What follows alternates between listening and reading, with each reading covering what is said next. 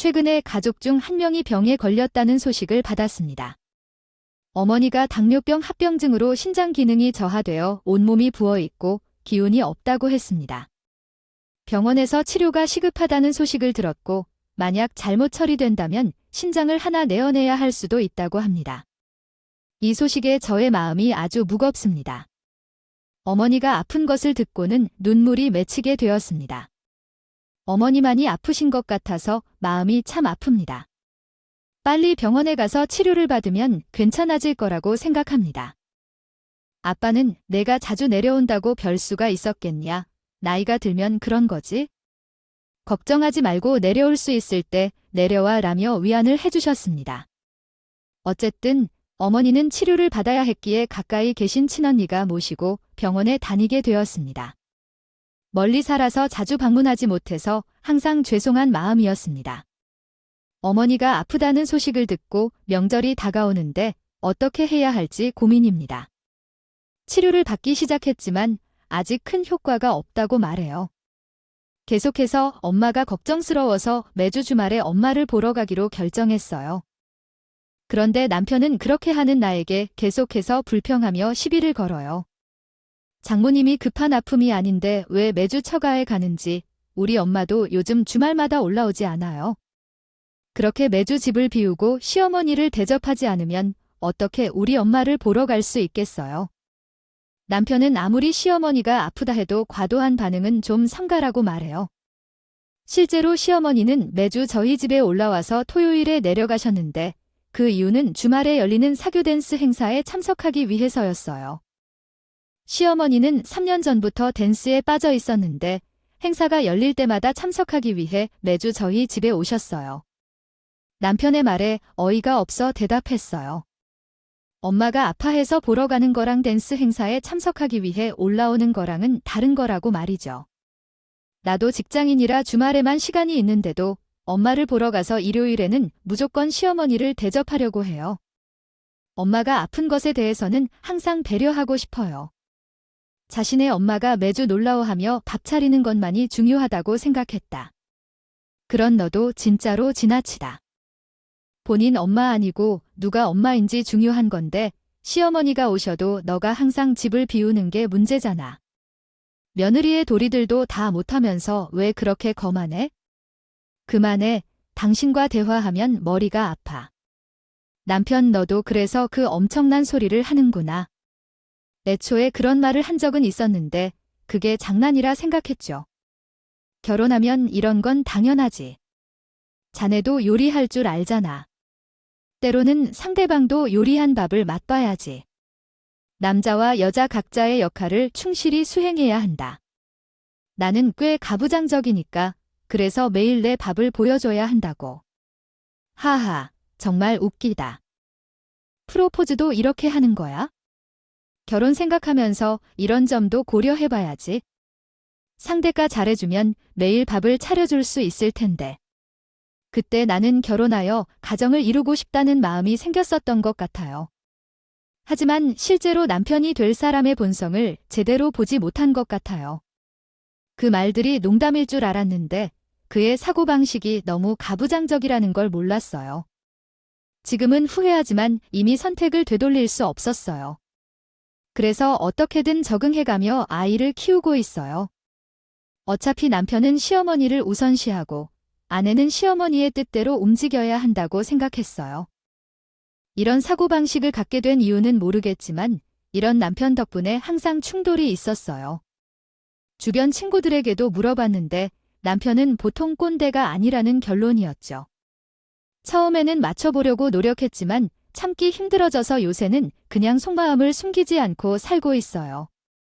그러나 그의 어머니의 가장은 매주 저희 집에 오면 남편과 함께 나를 꾸짖는 것이었어요.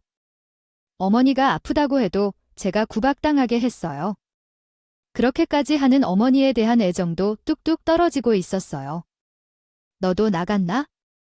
어디 가느냐? 내가 올라왔으면 식사도 해주고 차로 데려다 줄 텐데. 그러나 너 정말로 일하러 나가는 거 맞아?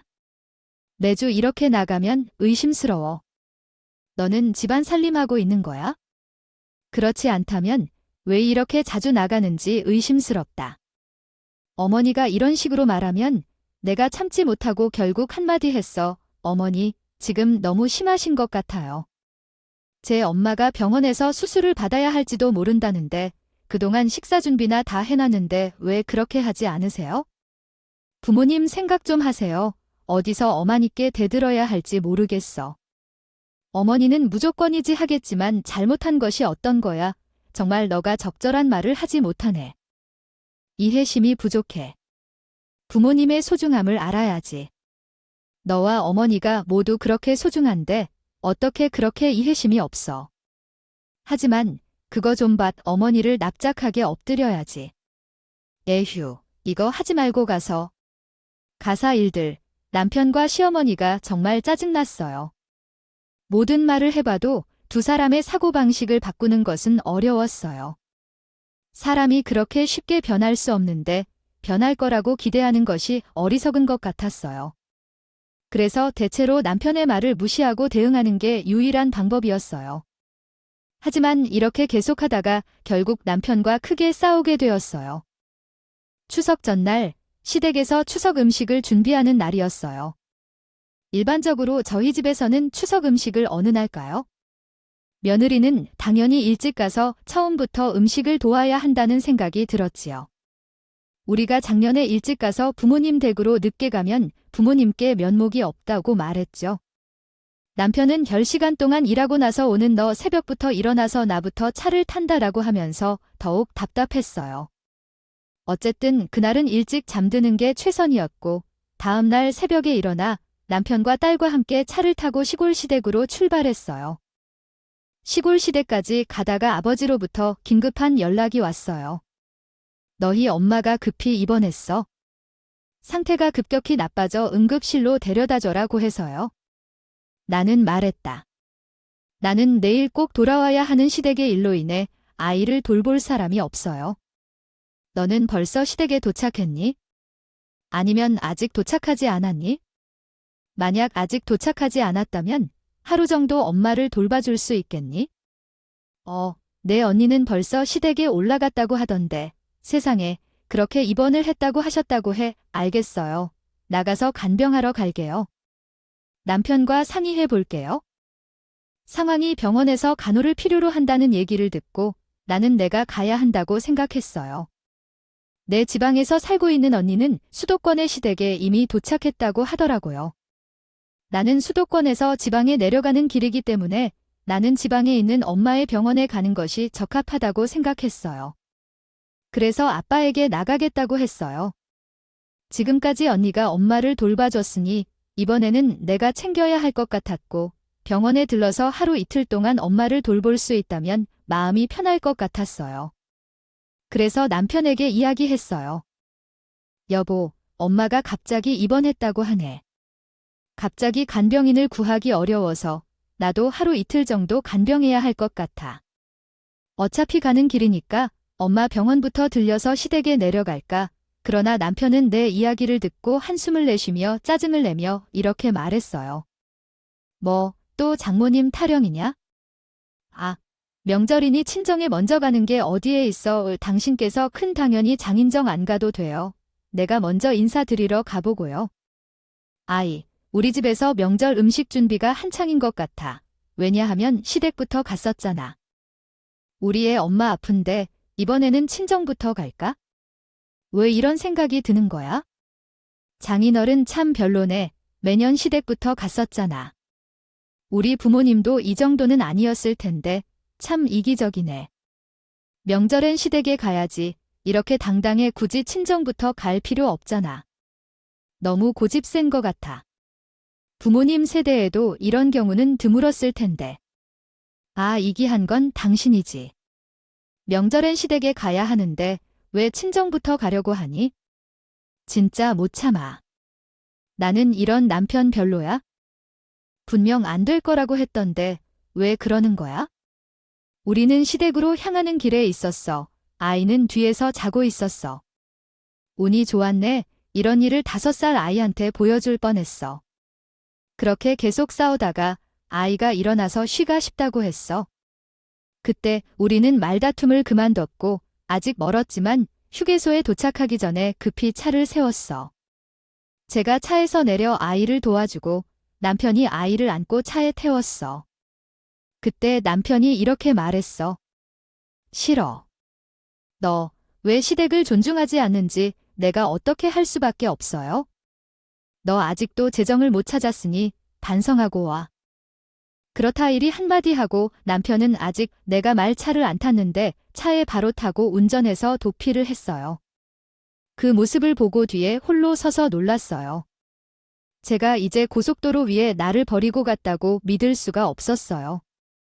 거기는 차들이 빠르게 이동하고 있었고 나는 길가에 서서 차들을 피해야 했어요.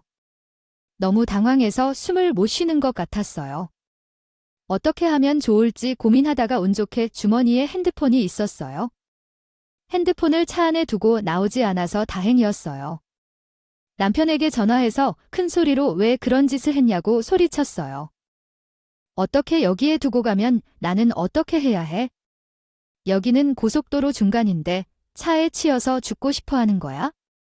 바로 돌아와. 돌아오지 않으면 나 혼자 가지.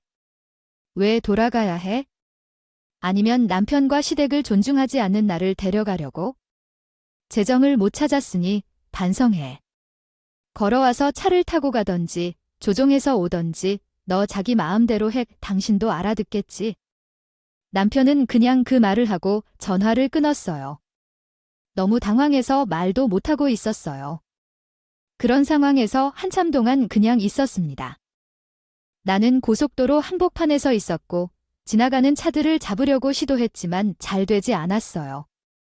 내가 같아도 고속도로 위에서 수상한 여자를 태워줄 것 같지 않았죠. 결국 나는 경찰에 연락해서 구조 요청을 했어요. 얼마 후 경찰차가 도착해서 나를 태우러 왔어요. 경찰차를 보자마자 안도감이 밀려와서 살았다 이는 생각이 들었어요. 경찰 아저씨가 나를 경찰차에서 내리자마자 약간 화를 내며 나를 따져 물었어요. 내가 고속도로 위에서 무슨 일을 하는지 물어봤어요. 그게 제가 거기 있고 싶어서 그렇게 한 게 아니라고 말했지만 경찰 아저씨는 이해해 주시고 일단 차에 타라고 했어요. 그렇게 경찰차를 타고 가면서 안도감을 느꼈어요. 경찰이 눈치채신 것 같이 내 태도와 행동이 조금 이상했던지 경찰은 내게 질문을 하면서 어떻게 거기에 온 거냐고 물어봤어요. 내가 경찰의 질문에 대충 사정을 이야기해야 했어요. 이야기하기는 부끄러운 이야기이지만 내 남편은 독특한 사람이라서 엄마가 병원에 급하게 입원했으니 두세 일 동안 간병을 하고 시댁으로 가려고 했었어요. 그래서 명절에 친정부터 가는 며느리가 어디에 있죠? 네, 그런 일이 있었습니다. 자리를 떠나면서 내리라고 말했지만 도리도 다 하지 못한다는 이유로 반성하라고 했는데 그냥 내려놓고 갔었습니다. 매우 놀라운 상황이었기 때문에 나도 모르게 경찰에게 불평하며 이야기하는 상황에 놓였어요. 이야기를 하고 나니 경찰도 놀라서 헛웃음을 웃었죠.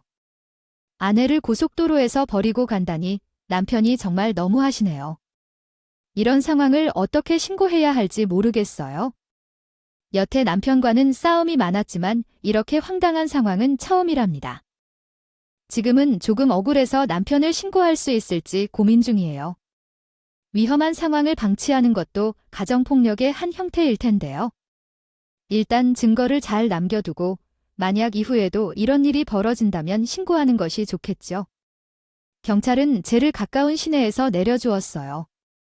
감사의 말을 전하고 택시를 타고 엄마가 있는 병원으로 가려고 했어요. 하지만 택시비가 많이 나와서 지갑이 없어 계좌이체를 하고 병원에 도착하니 엄마와 눈을 마주치며 놀라는 아빠가 있었어요. 저희의 표정과 분위기가 좋지 않았나 봐요. 놀라신 것 같아요. 유정아, 왜 그래? 어떻게 된 일이야? 아픈 엄마가 그렇게 다정하게 물어봐준데 눈물이 펑 터지며 엄마 무릎에 엎드리고 울었어. 36살인데 10대 소녀처럼 울었지? 엄마 아빠는 영어를 몰라서 그냥 달래주셨어. 울다가 이야기해봤어. 남편이 그런 짓을 해서 고속도로에 버리고 갔대. 너무 충격적이었어. 명절에는 시댁이 아닌 친정에 가야 한다며 이기적이라고.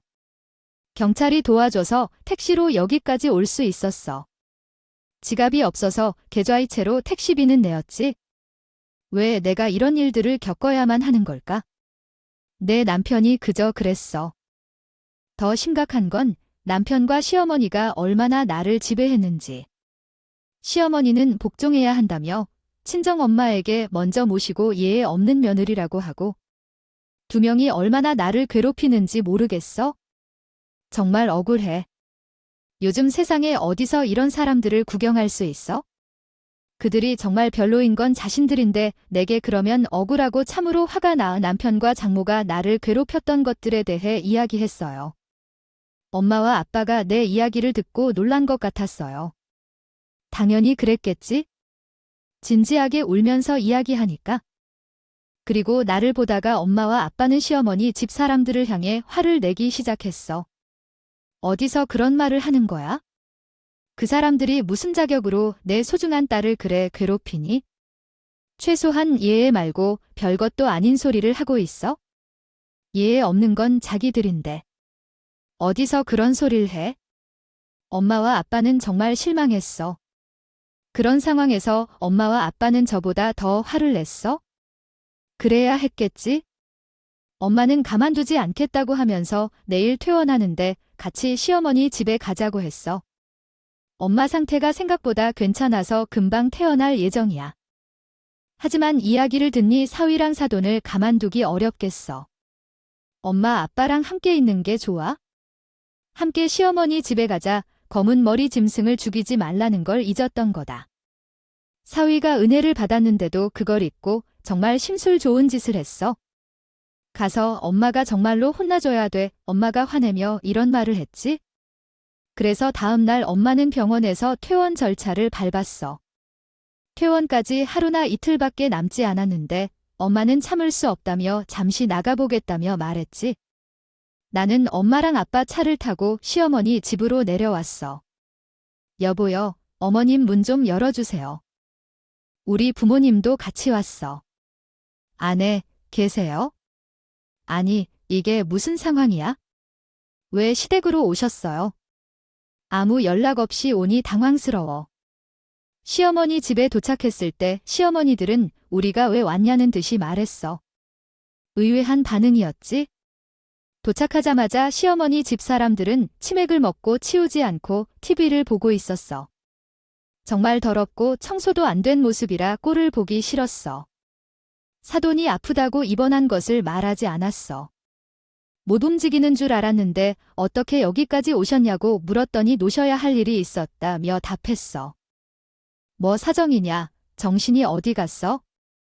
장모님과 함께 오지 말고 그냥 여기서 해결하지 그랬는데 왜 장모님도 같이 왔냐고.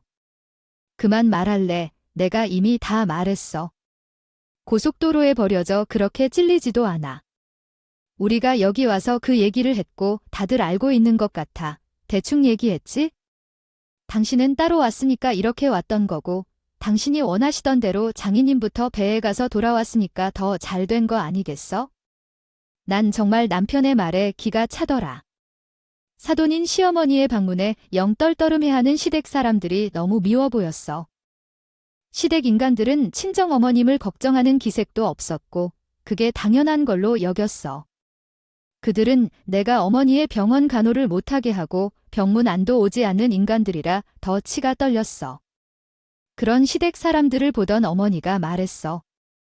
자네는 꽤 생산에 살아왔지?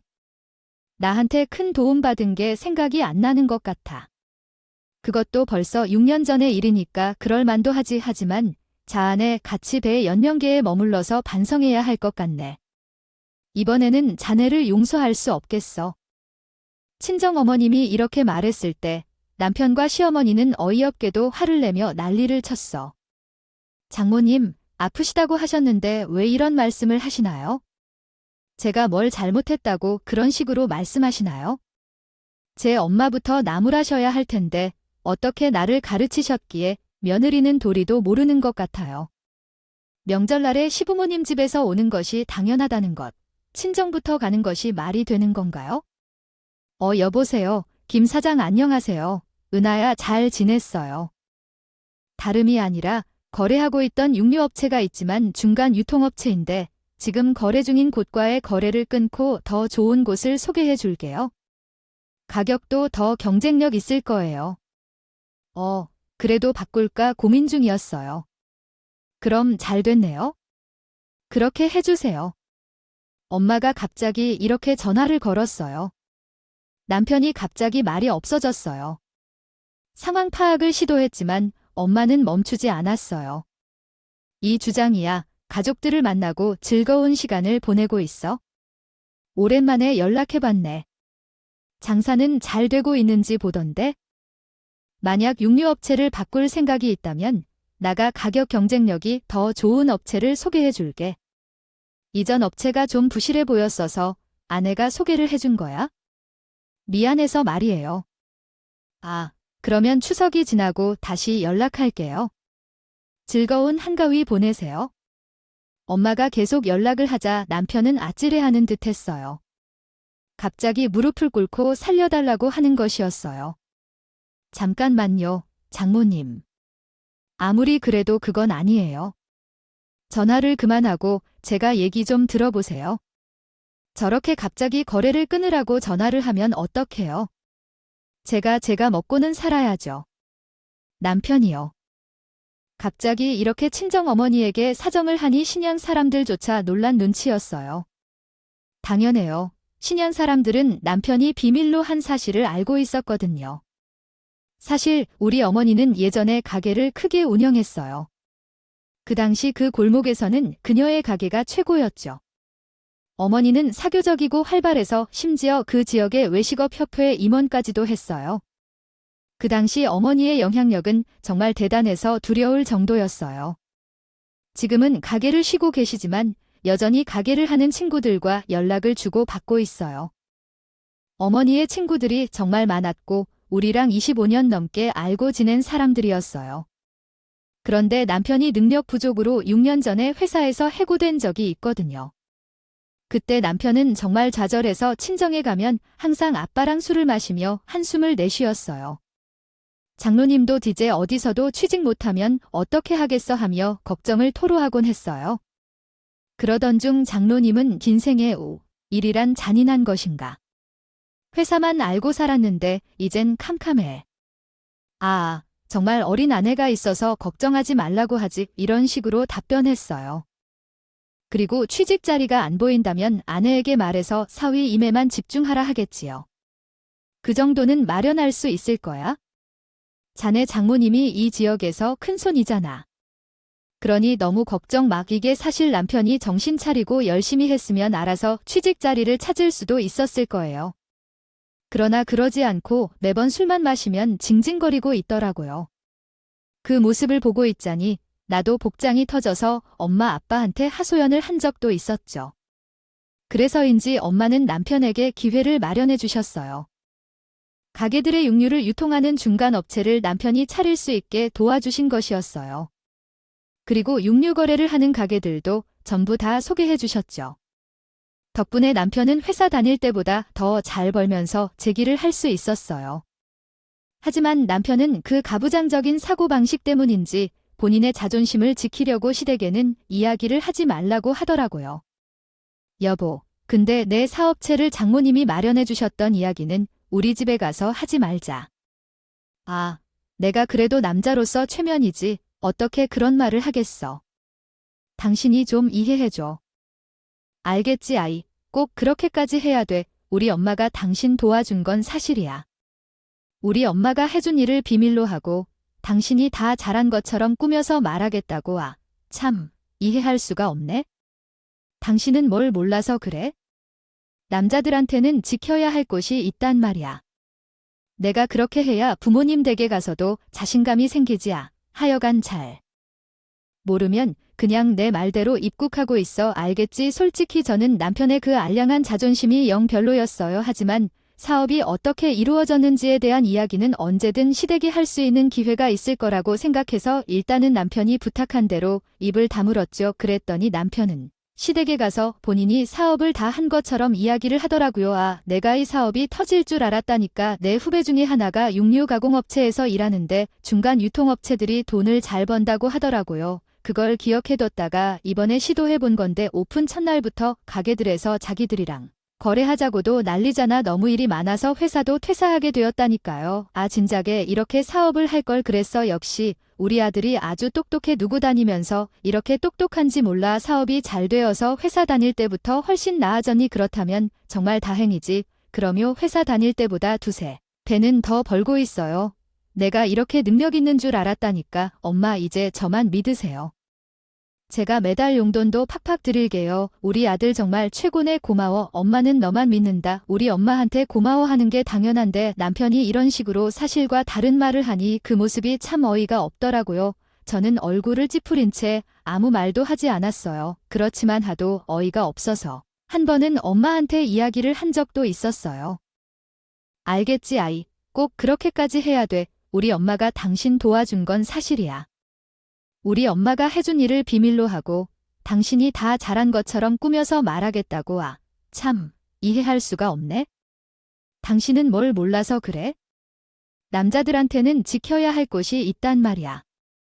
내가 그렇게 해야 부모님 댁에 가서도 자신감이 생기지. 아, 하여간 잘 엄마의 남편이 가족들 앞에서 자신의 사업 성과를 자랑하고 시댁에서 장모님이 도와주셨다고 말하는 것에 대해 엄마는 분개합니다. 엄마는 남편의 오만한 태도와 자존심이 떨어진 것으로 보이며 남편이 사돈댁과 연락할 때도 자랑하지 않았다는 점을 언급합니다. 하지만 결국에는 남편의 자존심을 존중해야 한다고 생각하며 별일로 싸우는 것보다는 그냥 넘어가는 것을 권장합니다. 엄마는 이러한 남편의 행동에 마음이 안 들지만 그냥 지나가기로 결정했다고 이야기합니다.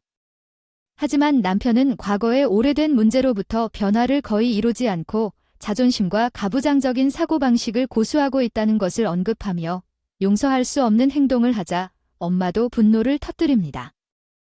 결국 엄마는 서방에게 칼을 빼들었는데 남편은 여전히 자기 방식대로 행동하며 딸을 구박했다고 주장합니다.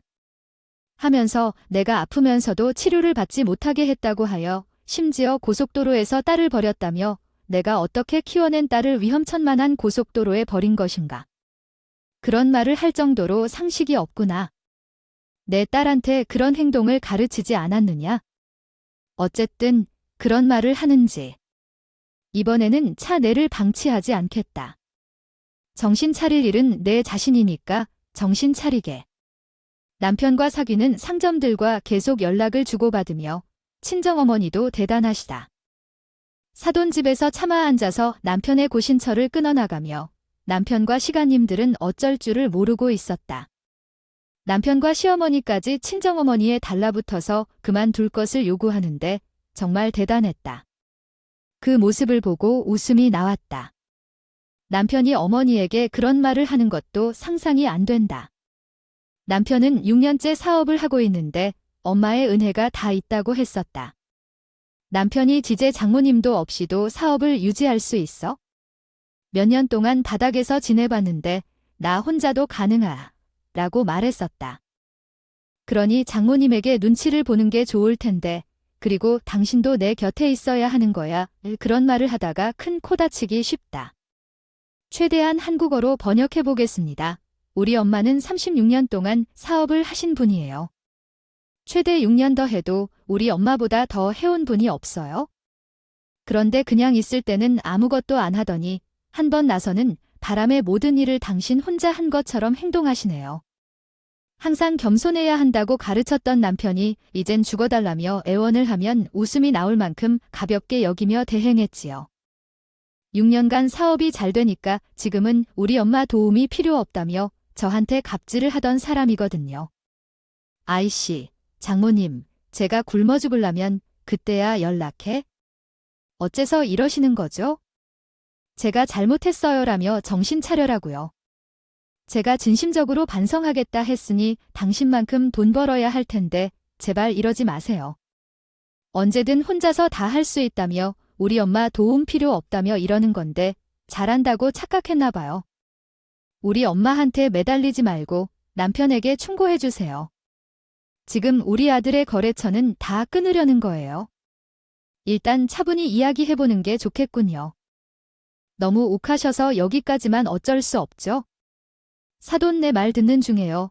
남편과 시어머니가 엄마한테 붙어서 원망을 풀고 타협을 해보았지만 엄마는 여전히 요지부동하셨어요. 엄마는 원래 호탄성이 강하셔서 마음이 더러워질 수 없다 생각하신 건가 봐요. 저와 아빠는 뒤에서 남편과 시어머니의 모습을 보며 통쾌하게 웃다가 결국엔 엄마가 지인들한테 연락 돌려 술수 팔지 않을까 걱정이 되는군요. 정말로 날아버리기 전까지 남은 게 하나도 없어졌어요. 남편은 다시 내게 화를 내며 날 쳐다보더라고요. 당신 장난이라고 생각해? 내가 벌어들인 돈으로 먹고 살면서 호의를 베푼 것이 누구냐고. 당신 남편과 거래를 끊겠다는데 웃을 일이냐고. 어서 장모님을 말려달라고. 하지만 끝까지 도와주는 법은 없구나. 정말로 당신 또 큰 소리치네. 내게 이런 식으로 행동한다면 우리 어머니도 당신과의 관계를 끊겠구나. 머리가 돌아가지 않는구만. 상황을 파악 못하냐. 그럼 날 무시해도 괜찮다 생각하는 걸까? 그런 행동을 하는 게 아니라 아내로서 남편의 길을 돕고 있어야 하는데. 그렇지. 그리고 남편이 일자리를 잃게 된 것에 대해 아무 생각이 안 드는군. 당신 같은 아내는 어디서 찾겠냐고. 남편이 이런 말을 하자 화가 치밀어 올랐어요. 내가 반론하려 애쓰지만 이번에는 아버지가 남편을 막아세요. 최서방, 정말 이렇게 할 건가? 상황이 얼마나 심각해져야 깨닫느냐. 내가 어떤 행동을 했는지 생각을 해야 해. 내 딸을 욕하면 어떡하겠어. 남자다운 행동을 하려고 하길. 아내를 함부로 대하는 남편은 창피한 사람이지 대단한 사람이 아니야.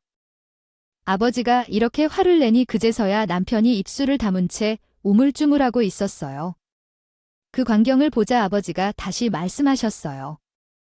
우리는 오늘은 여기까지 하겠네. 제사 방사 아내는 오늘 일 잘 생각해보고 반성한 다음에 연락하든지 하게. 그리고 엄마 아빠는 저를 데리고 시댁을 박차고 나오셨어요. 저도 뒷걸음도 보지 않고 세랑이를 데리고 시댁을 나섰어요. 그 후 며칠이 지났지만 남편으로부터 연락이 없었어요. 아이 정도로 난리가 났으면 생각을 정리하고 연락을 할 만도 한데 끝끝내 연락이 없더라고요. 그것도 남편의 자존심 때문이라고 생각하니 저는 정말 지긋지긋했어요. 그동안 혼자 고민해왔던 문제를 부모님께 말씀드렸어요. 엄마, 아빠, 정말 죄송한 말씀을 드리려고 해요. 진지하게 생각해본 결과 남편과 이혼하는 것이 좋을 것 같아요. 최근 며칠 사이에 결정한 것은 아니고 남편과 싸울 때마다 고민했던 일이에요. 남편이 저를 업신여기고 무시하는 데다 자주 싸우다 보니 아이가 우리 모습을 볼까봐 두려워요. 이혼은 보통 일이 아니라는 것을 알지만 남편과 헤어져야 제가 행복하게 살 수 있을 것 같아요. 아이에게 미안하지만 이혼을 통해 행복하게 키울 수 있을 것 같아요. 엄마, 아빠, 마음에 대못을 박아서 죄송해요. 그래도 이것이 제 결론이에요. 엄마와 아빠는 쉽게 입을 떼지지 못하셨어요. 하지만 한참 고민 끝에 이렇게 말씀하셨죠. 그래, 우리도 내가 어떤 취급을 받고 있는지 모두 봤다. 보통이라면 한 번 더 노력해보라고 말하겠지만 아이 엄마 생각에도 사위랑 내가 같이 살기는 힘들 것 같아 보이더구나. 아이까지 있는 딸이 이혼을 한다니 당연히 걱정이 되지만 내가 그래야 행복할 것 같다면 엄마도 응원을 할게. 손녀는 우리가 힘을 합쳐서 잘 키워보자. 아빠도 내가 그런 대우를 받으면서 결혼 생활을 이어가는 것은 싫다. 아이혼이라니 당연히 여러 가지로 걱정이 되지만 요즘 세상에 이혼이 큰 흠이 되는 것도 아니니까 사람이 행복하기 위해서 가정을 꾸리는 건데 아니 불행하다면 되겠니? 아빠도 사위랑 시댁 사람들이 하는 짓을 두고 보지 못하겠다. 엄마와 아빠는 괜찮으니까 내 뜻대로 해라. 엄마와 아빠가 이렇게 말씀하시자 저는 눈물이 왈칵 나더라고요. 그래서 부모님을 끌어안고 엉엉 울었어요. 그동안의 소름이 또 북받쳐 오르더라고요. 그 이후 저는 바로 이혼 소송을 시작했어요. 일단 남편과 헤어지는 것이 목표였죠. 생각보다 이혼은 수월하게 진행이 되었어요. 이혼 과정에서 남편이 저를 고속도로에 버려두고 간 일에 대해서 녹음 증거를 제출했어요. 그것이 중요한 이혼 귀책 사유 중 하나로 적용이 된 것 같았죠. 그런데 이혼 최종 단계를 앞두고 남편이 저에게 갑자기 찾아왔어요. 죄송합니다. 한국어로 번역해 드리겠습니다. 보아하니 나에게 용서를 구해온 것 같은데 그 모습은 정말 역겨웠어요. 여보, 나는 이혼할 수 없어. 한 번만 용서해줘. 내가 정말 잘못했어. 이젠 완전히 빈털털인데 사업도 다 접고 돈 한 푼 못 벌고 있어. 장모님에게 한 번만 봐달라고 말해도 안 돼? 정말 미안해. 용서해줘. 나 좀 살려주라. 이렇게 비는데도 이혼은 안 할 거야? 왜 내가 당신과 헤어져야 하는지 생각 안 해봤어. 그걸 이해하지 못해도 용서해줘 봤자 소용없어. 당신 탓으로 거래처를 다 잃었어. 만약 당신이 그런 짓 안 했으면 우리 엄마가 그렇게까지 했겠어?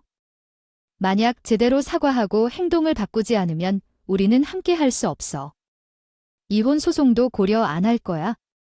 그리고 너로 인해 내가 거래했던 영업은 내가 맡기로 했어. 남편은 붙잡으려 하지만 난 용서하지 않을 거야. 그래서 결국 이혼이 확정됐어. 전 남편은 돈을 벌지 못하니 양육비까지 내야 했어.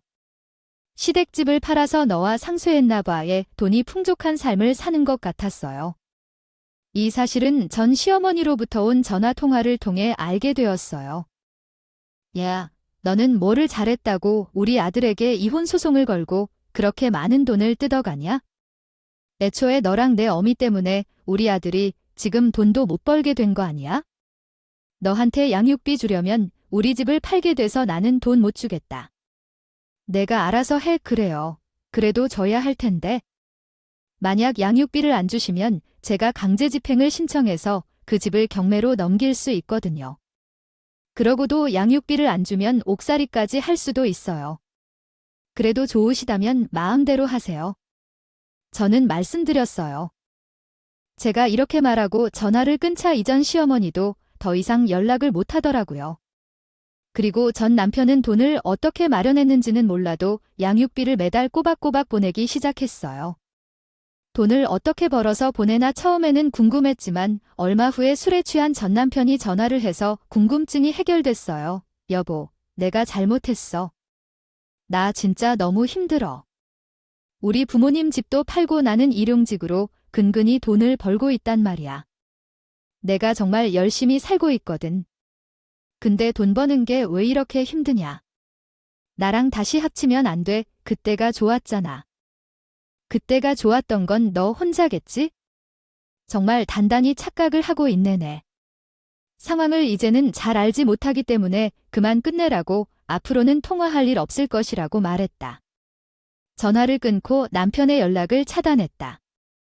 앞으로는 남편과 연락할 일이 없을 거라고 생각하니 마음이